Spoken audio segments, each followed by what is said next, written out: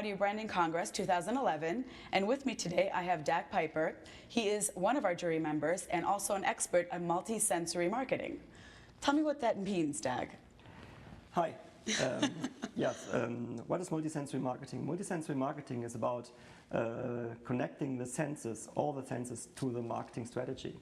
In former times, television advertising formerly looked at all the stuff of visuals, a little bit of sound, but they didn't focus really on smell, texture, tactile properties.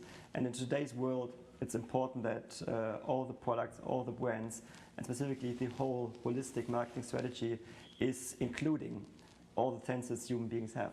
So it's much more than audio branding. I like that. It's much more. I think audio branding is a very important part of sensory marketing because there's a direct link, as well as for smell, to the emotional part of the brain. And without music, the marketing work would be very poor. Very cool. I like that. And tell me what this experience has been like for you to be a jury member, to be part of the Audio Branding Congress.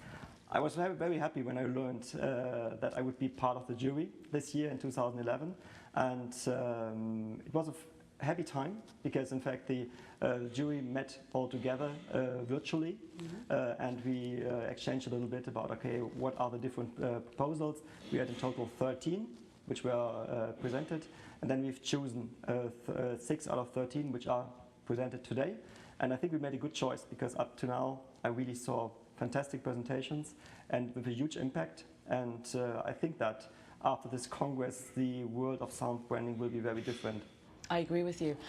So from the 6, are there any 1 or 2 that you think stand out personally for you, or that you think may be more special? Yeah, I think it's strange to see the difference between the oral presentation and the written presentation. So in fact, what we got as a jury member, we got the whole story, we got the briefing, and we got the results, and for sure the sounds. What we didn't get is the story told verbally in the presentation. And I thought today I had a clear favorite. My clear favorite was the Diba Diba Do. But when I saw the presentation today, I think SNCF made a brilliant job as well. Where do you see the future of audio branding going, especially more focused on the mobile communication world? I think the future of sound branding, audio branding, whatever terminology we'll choose in the future, will be very rich. It will change. I think there will be a centralization of agencies because, as we have seen today as well, there are many small agencies. I think it will be difficult for them to survive. I think there will be a concentration as well as like an industry. So bigger, good agencies who can afterwards afford the bigger projects with the companies like Nestle, Unilever, Procter as well. And for the mobile devices, it's for me very clear that we will talk a lot about silence. And I like the presentation today about the mobile from Nokia. For sure, the first Nokia phone was of 1994. And it was my first as well. So I bought my first mobile device in '94. I had first Samsung, and I was not really happy with the quality, so I bought a Nokia, my first Nokia, which is now 17 years ago. Can't imagine, 17 years ago.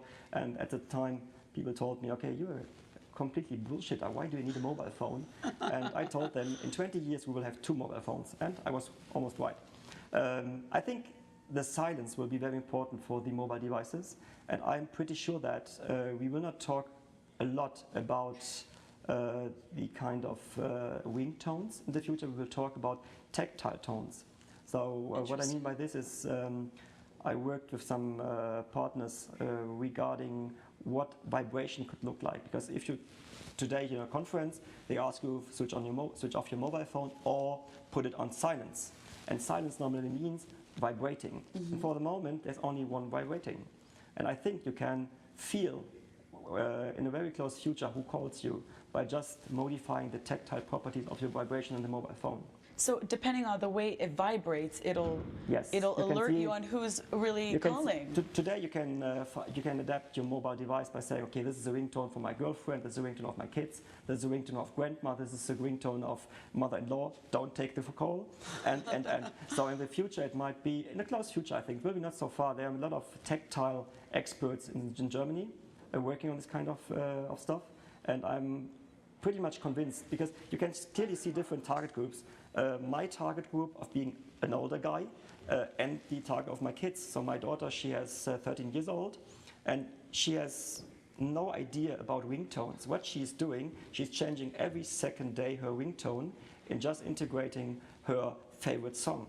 And she doesn't need any ringtones or devices. What she's needing is her favorite song and in school silence and a nice vibrating system. That's very cool. I like that. And what do you want people to take away from this Audi Branding Congress this year? I think what I would like to that the people communicate when they get home is there's a great network. I think it's what we learned here, 110 people from all over the world. I think we are 14 countries, including South America. I miss a little bit the Asian part, so I would have loved, because I know there are some guys in Australia and China and Japan specifically working in this kind of context. And I would like that they come back and they, great network, great presentations, and we made the next steps for a fantastic community of audio branding. Hopefully next year we'll have those participants as well. I will be there. Thank you so much, Dag. Thanks so much. Pleasure having Thanks. you.